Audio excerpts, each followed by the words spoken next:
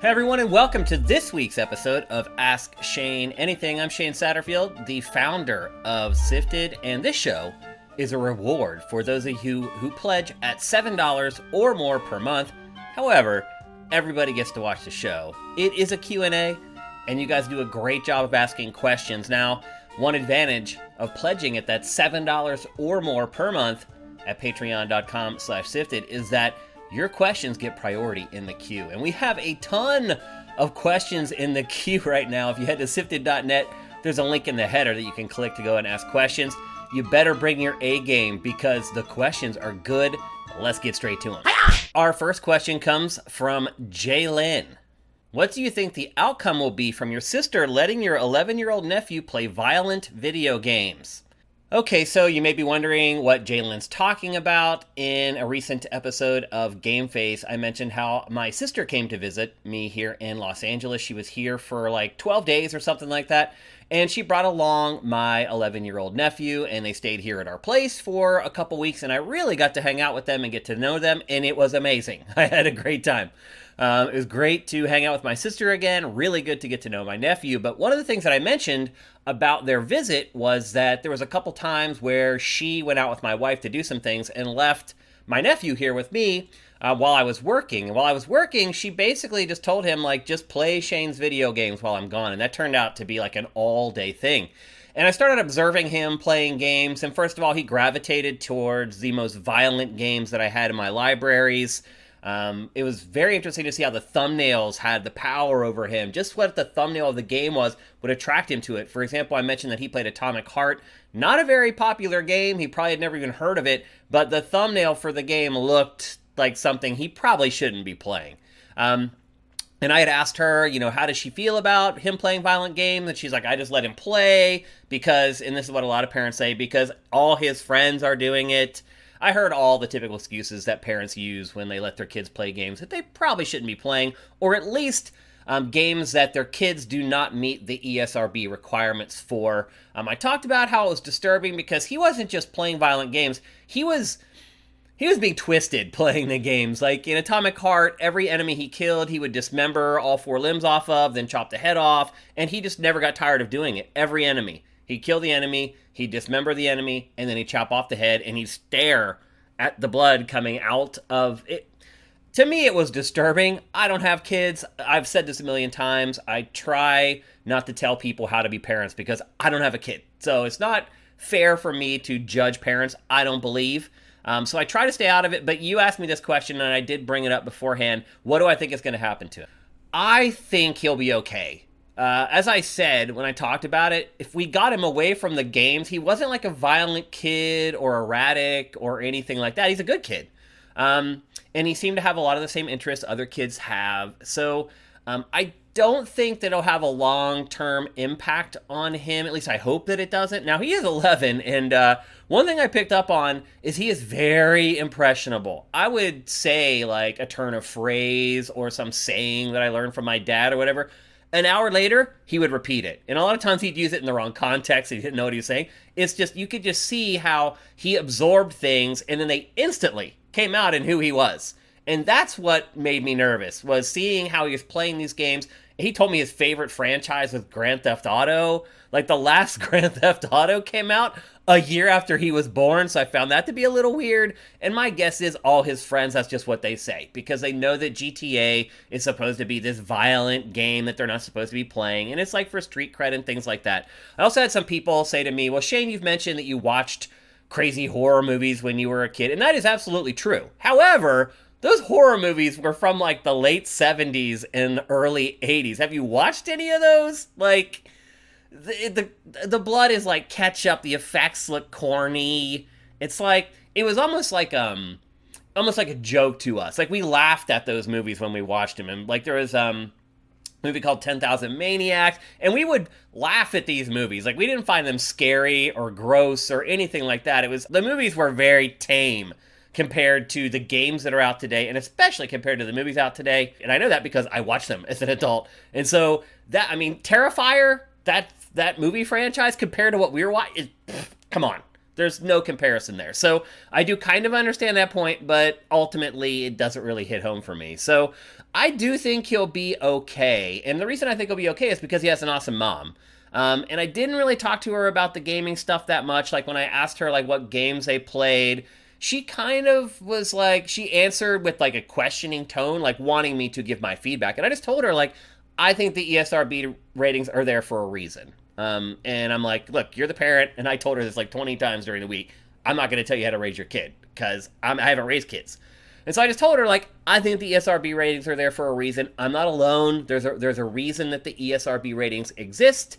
And I did tell her that a lot of the things she was saying are things that I hear commonly from parents who allow their kids to play violent games. But again, to get to your question, like, I wish he had more stimulus in his life, because he's like me. He's growing up in a very rural area where he doesn't have a lot of friends around him. And if you do want to hang out with your friends, your parents have to like drive you there, or you have to ride your bike like 5 miles to hang out. Like, that's the way my childhood was, and I didn't like it. Like, it sucked being so isolated. And that's my fear, is that he's not getting enough of the person-to-person interaction, and most of his daily life is spent playing games like this. So I don't necessarily think the games are a danger as long as you have a well-balanced life, and I don't know that he does, and that scares me a little bit. But generally, like, he's a good kid. He has a good heart. Again, when you get him away from the games, he's entirely different, so I do think he'll be okay. But I also think that kids like him who are raised in these rural areas, or even if they live in like a city and they're just not getting a lot of person-to-person interaction, that's when I think violent video games can be dangerous. Next up, we have a question from someone who gets a question in every episode of Ask Shane Anything, and of course, that is Kevin. With the rumors of the next Nintendo console intensifying, it would be interesting to hear your predictions on what the console will be like. Will it be similar to the Switch or something completely different? What would the next Nintendo console be like if you could decide? So Kevin is on it here, and everybody who uses Sifted is on it. And that's the point of me building Sifted for you guys, is to create this place where you guys can come to it like for literally 90 seconds a day and know exactly what's going on in the games industry without having to hunt around on Twitter or go through a bunch of crappy videos on YouTube. It's good to see that it is working, because Kevin has picked up on a couple stories we've curated over the last week, which is there are 2 different Chinese parts manufacturers who have announced officially in their financial reports that have happened over the last week that they are now supplying parts to, and they're trying to beat around the bush. They're saying stuff like a console manufacturer that hasn't released a new console in quite a while. And if you look into that company's financials, they've worked with Nintendo since like the Wii. So what they're saying is that they are supplying parts for a console that will launch in early 2024. Could it be another iteration of Switch? It could be. It's more likely that it is the successor to Switch, whether it's a Switch 2 or whatever it ends up being. Now, your questions are, what are my predictions for what the console will be like? And now I'll say this, Nintendo, if there's one console manufacturer that's not afraid to surprise and go for the blue ocean, it's obviously Nintendo. It has been the bravest with its console releases throughout the history of the industry, let's be honest. So, what I'm about to say could be totally wrong, and I wouldn't be surprised. But I also think there's an obvious answer to this, and it is that the next Nintendo console is just Switch 2.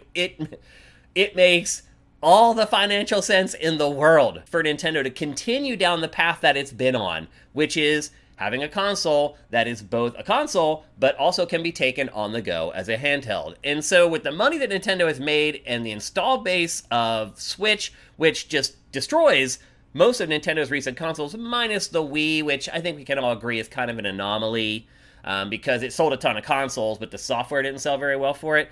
It's the first time Nintendo has had a console and sold tons of software for it since probably the Super Nintendo. So my guess is that Nintendo is going to play it safe for once in its storied history, and the next console is going to be a Switch 2. It'll be more powerful, maybe 4K, definitely 2K, maybe 4K. I really hope it is 4K. At the very least, I hope Nintendo finds some kind of a technique to fake the 4K if it has to, kind of like how they did with the PlayStation 4 Pro with this checkerboarding technology. So I would hope it could be 4K. I'll be honest with you, more likely it's 2K, because remember, if, again, they stick with the console handheld hybrid, this thing needs to be able to go on the go and function on its own without the battery dying in 40 minutes. So I think that's the most likely scenario, but again, Nintendo can throw us curveballs. It has in the past, but I do think if I had to put money down, I would say it's just going to be a Switch 2. Now, what would I do if I were Nintendo? Now, there's two different perspectives on this. There's if I am the president of Nintendo and all I care about is the bottom line, then absolutely, I'm just going to make a Switch 2. It is the biggest no-brainer in the history of no-brainers if all you're concerned about is the bottom line. Now, some would argue that if Nintendo did do something different, that there is the opportunity there to sell even more than the Switch 2 would. But I'll be honest with you, like, is it really possible? Because Nintendo has released innovative consoles in the past. I mean, I guess maybe you look at the Wii and you see what the Wii did. The software attachment to that console was low, and I think that's the problem that you run into when you create something specialized, is it's more likely to be looked at as a toy versus a gaming console. And when you do that, people are like, this is this thing that I play with, and then I put it away and I don't think about it, and then I come back and I play the same thing again. And the difference between a toy and a console is that with the toy, it's the same every time you interact with it. With a console, it's different. You're playing different games, but a lot of people bought the Wii, they got the pack-in for Wii Sports, and that was all they ever got. They never bought a game for it, and that showed in the attach rate for software for the Wii. So basically, if you're looking to make money, I think Switch 2 is a no-brainer. However, selfishly, what would I want from a Nintendo console? And this is just my pie-in-the-sky hopes. And I'll be honest with you, I never used my Switch as a handheld, like ever. There was a long time when I would go on trips back to the East Coast or to Europe or whatever, and I would take it with me, and ultimately, I'd fly back, and on the way back, I'd be like, I never even turned this thing on the whole time I was gone. And part of that is because I am embedded so deeply in games that my vacations are vacations away from gaming. They need to be. I think human beings need that reset, particularly when you work in a field where you're so deep like I am with games. So the handheld element for Switch has no allure for me at all. So selfishly, and again, if I didn't care about the bottom line, I would just make the next Nintendo console a beast. I would make it compete with the PlayStation 6 or whatever that you think the PlayStation 6 is going to be, or whatever the next Xbox is going to be. I wouldn't reach parity with PS5 and Xbox Series. I would go beyond. I would try to future-proof my console a little bit technology-wise. Now, I'm not a fool. I know that is never happening. That is the antithesis of what Nintendo does, and the only time it tried to do that with the GameCube, it did not end up well. And in all honesty, was the GameCube the most powerful? Maybe, of those three consoles. There's an argument to be made between it and the OGX, but I don't know. It wasn't far and away the most powerful console. So the last time this really happened was probably the N64, but then the Dreamcast came along very quickly after that. It kind of would be blue ocean for Nintendo to do something like that, because it never really has. It never has had, clearly, the most powerful console for an extended period of time. And so, just selfishly, I want to play Nintendo's games in as high a fidelity as possible. The best graphics, the best sound. I don't care about the portability at all. So, for me, pie in the sky, Nintendo creates a new controller, maybe some new type of input, but the base hardware is not a hybrid. It is just a console, and it's the most powerful on the market. Next up, we have a question from David. Tell us more stories about your trips to Japan. Have you been anywhere else in Asia? Well, I do have endless stories about Japan. Literally endless stories. And I guess maybe it might have been better if you had given me like an era of my career. Like, tell me a story about going to Japan with X-Play and G4, or going there with GameTrailers, or going there with GameSpot. I guess for this story, and I'm guessing I'll eventually share more as time goes on, because you guys will keep asking, is my guess. I guess I'll talk about the first time I went. This was in 2000. I had just started at GameSpot. About 6 months prior, 5 months prior, something like that, fresh out of college with a journalism degree. And again, as I've said, I was running a website called Street Level Gaming for my last 2 years of college before I started working at GameSpot. But I'd only been at GameSpot for like 5 months or whatever, and I was very fortunate that they took me to Japan for Space World 2000. And I went there with, let me see if I can remember who went on that trip. I know for one it was Jeff Gersman. Jeff Gersman, Ricardo Torres, Ryan McDonald, and I can't remember the others that went. And I remember I had to share a room with Ricardo Torres, and we stayed at a hotel called the New Otani, which was in Shibuya, if I remember correctly.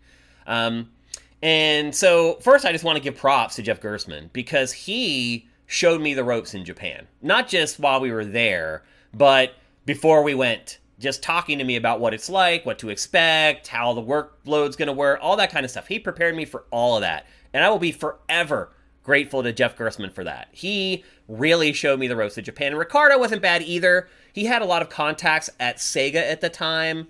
And he was a huge Sega fan back in the day. I don't know if he still is. He had a bunch of contacts at Sega. And he had been to Japan at least once or twice before. And so I was staying in a room, sharing a room with him. He was a huge help. And the first thing I remember was, like, Jeff took us all out, and we all walked together as a group the first time we all went out, and I was just, like, blown away. I can't even put into words, like, because in Shibuya, there's just this network of just stores and arcades, and this was in 2000, and so the Japanese arcade scene back then was still just kicking like a mule, man. Like, all the arcades were packed, full of people playing fighting games. And it was just amazing to have Jeff take me around that first night and show me all the different arcades, the big ones. This is where you can find Virtua Fighter. This is where the best Street Fighter players play, blah, blah, blah. It was incredible to have Jeff along for that. So after that first night, then it's like, okay, I showed you the ropes. Now it's on you to go out and do things on your own. And I remember the first night I went out, I got so lost. I was scared. Now you have to remember, this is pretty much before the age of cell phones. I actually did have a cell phone then. I had one of those Nokia 5150s, which were like kind of the first iPhone, meaning it was the first cell phone that like everybody bought. If anybody had a cell phone back then, everyone had the Nokia 5150 or whatever the hell it was called. But I had that, but it did not work in Japan. And this is also before we had the foresight to book phones in Japan. So when we landed there, we got phones that worked there. And so I had no way of like calling anyone, using GPS. There was no way to get back to my hotel. I couldn't speak the language. No one could understand me. There were no translation apps then. It was scary. Like, for the first few hours, I didn't care, because I was like, this is awesome. Like, I'm seeing the most incredible stuff I never dreamed I would see. And then, like, I realized I had no way to know how to get back. And I walked around in circles because it all looks the same. It's all restaurants, arcades, and electronic stores. And they just all look the same. And I walked around for hours and hours, and eventually I got desperate. And I just started going up to people and asking them if they spoke English. And I had taken with me a piece of stationery from the hotel, the New Otani. And I would just pull it out and show it to people. And like everyone would just be like this, meaning I don't know, like leave me alone. Finally, some person knew a little bit of English. And first of all, when I showed them that, their eyes went like this. They were like, oh my God, you're so far away from where you're trying to go. And basically the person was just pointed in a direction and said, long way. And so I just started walking in a direction. And eventually what jogged my memory was I found a train station that we had been walking to go and do stuff in the city. And once I found that, I was able to slowly make my way back to the hotel, and it was the hugest sense of relief. I mean, it's scary. I don't even know how many thousands of miles away Japan is from LA. It's like a 12-hour flight from here, so my guess is, I don't know, 10,000 miles or something. You're that far away from home, and you don't know anyone, you can't speak the language, and you have no idea how to get back to where you're staying. It was pretty terrifying, and I was lost for hours. Like, I had gone out to get dinner at like 7 or 8 o'clock. I didn't get back to my hotel until almost midnight. So anyway, I got lost in Japan my first time there. But then we went to Space World 2000, and I've been talking about that lately on Ask Shane Anything, so you know the rest of the story. It was an amazing trip. And again, thanks mostly to Jeff Gersman, who showed me the ropes. And then for next year's Space World, I went back because once they knew that I knew how to handle myself in Japan, they were more likely to send me there. And it became kind of this snowball that afforded me to go back to Japan over and over throughout my career. So that's another story from Japan. As to whether I've ever been anywhere else in Asia, I have not. And I would love to. I would love to go to South Korea. I would love to go to, literally there's at least 6 or 7 Asian countries that I have yet to visit that I would love to go to. So haven't done much. I've gone to Japan a ton, but I have not ventured outside of Japan, unfortunately. Next up, we have a question from OTT Apps. When talking about AEW Fight Forever, you mentioned you had some interactions with TNA Wrestling while working at Spike TV. Do you have any memories or stories to share about your interactions with the people from TNA? Yes, I have tons of stories about working with the people from TNA. So I was vice president of content for Spike Digital Entertainment, which means I ran content across a whole network of websites. GameTrailers was one of them. Wiki Cheats was another one. Our Side Mission blog was another one. Spike.com was another one. And Spike had its own content teams. So we had blogs. It was basically a men's blog. And we had channels for like cars, girls, combat sports, so MMA, like UFC and wrestling. We had traditional sports. We had music, movies, and TV. And I had writers working on each one of those channels. So I managed a team of in addition to GameTrailers, I was also managing a team of 8 editors for Spike.com. And then another part of my job was also handling all the website and online digital promotion for Spike TV shows and award shows.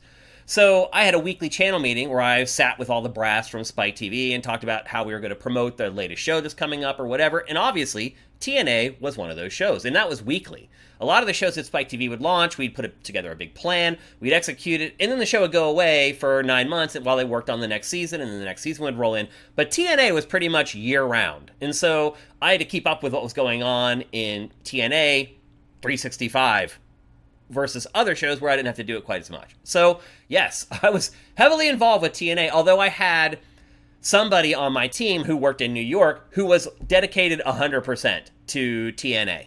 And we also had a guy who was dedicated 100% to the UFC. And so those guys were really important to me as a manager because they went to the events, they went to all the shoots, they were behind the scenes with the show teams.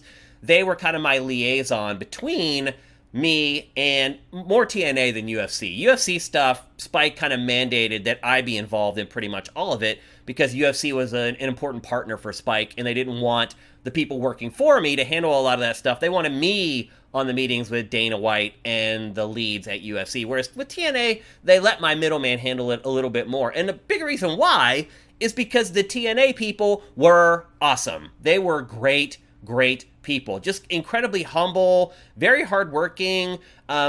Every week in the channel meeting, the meeting I was talking about with all the bigwigs, they would come up with some new crazy awesome idea on how to get more traction for TNA, because obviously our sights were set on the WWE. How do we topple the WWE? And they thought about it all the time. And so really my job was to listen to their ideas and try to figure out, 1, which ones we could do, and 2, which ones I thought would actually bear some fruit and be worth doing. And obviously my liaison, my middleman between me and TNA would help and would, give me his guidance on what he thinks would work. He was a big wrestling fan, which I thought was really important. But most importantly, that organization was just class. I did go to a couple of their events and they treated me like gold. It was funny. I'd go there and I felt like I was a VIP. I'm like, let my guy who's been working with you, give him the best seats. I'll sit in the nosebleeds or wherever. He's the one who's busting his butt for you guys. So the first one, I went and sat down there. My boss told me that I should. He felt it was appropriate. The ones after that, I started giving the tickets to my guy who was actually working on TNA. So anyway, I went to a couple events. They treated me like gold. They treated everyone like gold. The wrestlers were great because everybody was trying to pull the rope in the same direction against the WWE. Everybody had a laser-focused goal, which was to chip away at the viewership of WWE and build up TNA. And it was really it was like a seesaw. It was up and down, up and down. And a lot of that depended on the storylines and what was going on in the show. And that was an eye-opener for me. I was never a big wrestling fan other than when I was a kid. And so it was interesting to see how the storylines affect the ebb and flow of the audience to watch that stuff. It's like a soap opera, really. Next up, we have a question from Kev Masters. What are the factors that made you decide to take the leap of faith on working at GameTrailers over staying in your previous role at G4? In hindsight, GameTrailers worked out really well for you. I imagine it must not have been an easy decision to take that risk on what was essentially a startup. What gave you the confidence that you could rival the likes of IGN and GameSpot? This is a really good question and a really hard question to answer. Leaving G4 was the hardest decision I ever made in my career. Even harder than like digging up my roots and moving from Philadelphia all the way out to San Francisco to start my job at GameSpot. Leaving G4 was tough. And while I love my job and I love my work there, it was really the people that left the mark on me. It was hard to leave the people. But it got to a point there where I was spinning my wheels, I guess. Like I was the editorial director for the network, so I was like the middleman between the games industry and the network, and I would get like code and people to come and be on the shows and make sure if someone needed a game to cover, I got it for them. I was like, it was an okay gig, but I had done it for a really long time, and where I was really spreading my wings was in TV production. Like that's what I started learning when I started working at Tech TV and then G4 that I hadn't been doing before, which was how to produce television, like cable level, professional level television. And that was what was exciting to me because I had been doing the games journalism stuff at that point for, I don't know, 7 or 8 years or something like that. And so the TV angle of it was really appealing to me because I also knew, and it's crazy that I knew this back then, I also knew that probably the best long-term prospects for my career financially was to work in television and not work in games journalism. Because I could see what the salaries were in games journalism. I could see what I was able to pay our freelancers. I could see what everyone was getting paid at G4. And so I wanted to pursue more of an angle on television because I thought that would be better for my future. And so I did. I really dove into the production of X-Play, and I was kind of like the alternate showrunner if like our showrunner would be sick or would be on a hiatus or having a baby or whatever. I would be the showrunner for a lot of episodes. I would sit in and I was basically the lead of the show off and on here and there. So I wanted to become the new showrunner when the showrunner left, and I threw my hat in the ring for the job. And I didn't get it. And the person who did get it, I felt was kind of incompetent. I had worked with the person for quite a while, and I wasn't alone in that. A lot of people felt the person was incompetent who got the job. And so it wasn't just me who was a little confused by what was going on at G4 and the people who were being promoted versus the people who weren't being promoted. But at the same time, I still love my job, and I really love the people that I worked with. And so I didn't even really pursue anything. I thought to myself, man, I don't know if this is a good long-term job here. I don't know if I'm going to be long for this job or anyone is. The other thing, too, is that like while X-Play was doing great and having great ratings, the rest of the network was doing terrible. Like, terrible. So I kind of started getting the idea that, this may not last, I guess is the best way I could put it. And then I was approached. I was headhunted by MTV for this job. Like someone who I had met in the industry just at events or whatever. And the way gaming events would work is you'd sit and see the game, and then they'd serve you lunch or whatever. And you sit at lunch, and that's when you would like figure out who the other game journalists were that you could relate to and you were going to become friends with. And so I had a crew of 10 or 12 games journalists who were like my good friends, who we'd always hang out at events and things like that. And one of those people met someone from MTV, and they're like, hey, you work in games, we're looking for somebody who can run our new gaming startup. And the first person he thought of was me. And so he came to me and he's like, hey, would you be interested in this? And I was like, hell yeah, because all the stuff that had just happened with G4, not getting the job and feeling like I kind of reached a dead end. I wasn't getting paid that much. Now, I will say this, G4 did bump my salary up when I didn't get the showrunner job. My boss came to me and he's like, you were close. We almost gave the job to you, but we do feel like you deserve a bump. So I got a little bit of a raise, and I guess my title changed a little bit. They put me on producing some specials for G4ia, which was the annual award show at G4. So I produced like this series of pre-shows to get people hyped for G4ia. And I had like a $300,000 budget, and we got a shot maker, and it was pretty awesome. And they were trying to keep me. So I don't want to completely disparage G4. Like they did take steps to try to keep me there. But once I started investigating this other job at this startup at MTV, the money was like way higher than what I was getting at G4.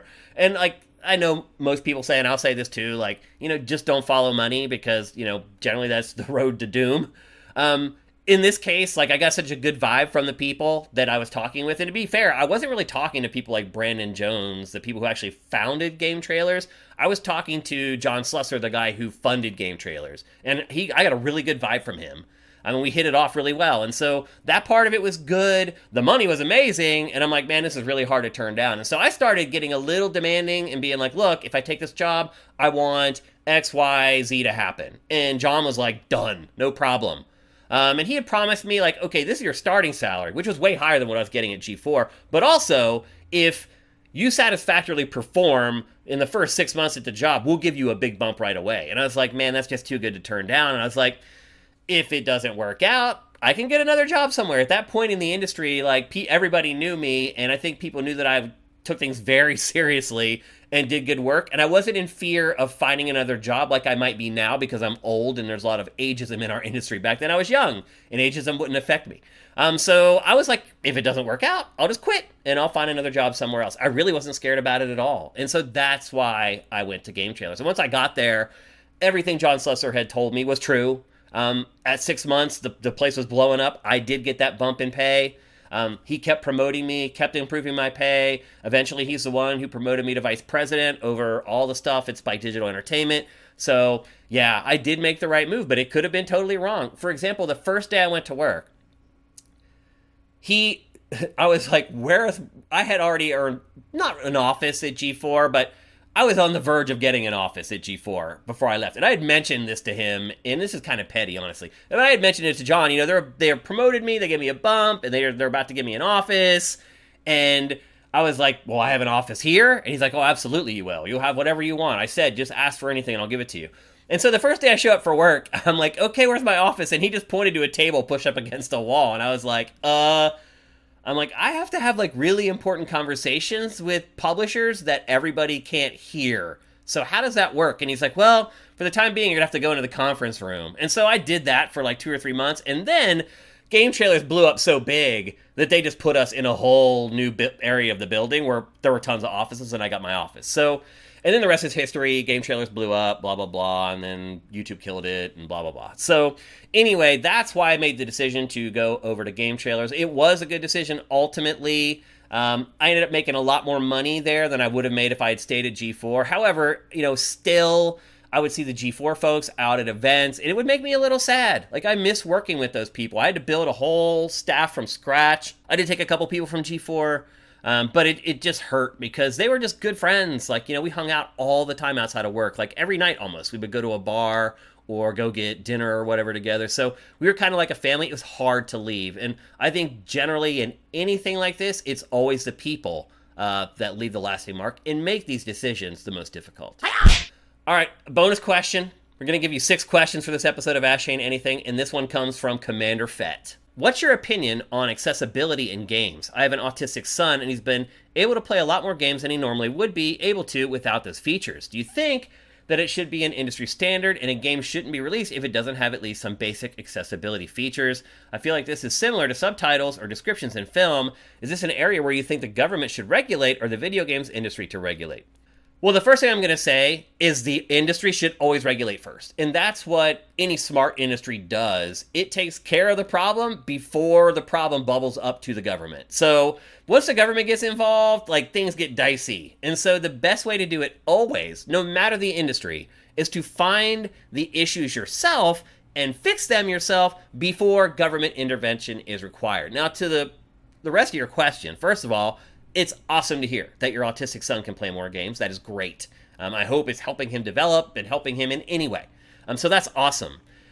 Secondly, should it be mandated that all games have accessibility features? It would be hard for me to see who would mandate that and how it would be enforced. So let's pretend, like, a lot of Nintendo's games don't have accessibility features. In fact, almost all of them don't have accessibility features.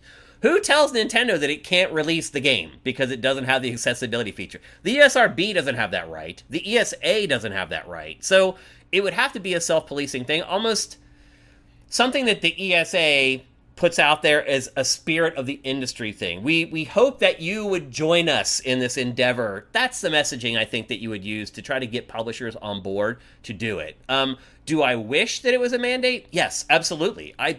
I think every person, like your son, should be able to play video games. And I will say this too, like, it is a rising part of game development. Most game developers, most game publishers now do make accessibility features, at least something that's going to be in all their games, no matter how meek or shallow they may be. So I'll be honest with you, Commander Fett, I think it's all headed this way organically. And I think it's going to get to the point where publishers like Nintendo are going to increasingly come under pressure to make changes to their games to have accessibility features. You already have Xbox with its accessibility controller. You have PlayStation with its accessibility controller. Where's Nintendo's? Nintendo is great at creating controllers. It should have been on the forefront of this movement, but it's not. So I think over time, it's just going to become the way that it is. And I think the holdouts are going to look more and more like a sore thumb over time. And eventually, they will fall in line and they will get in line with the rest of the industry. So I wouldn't sweat it, Commander Fett.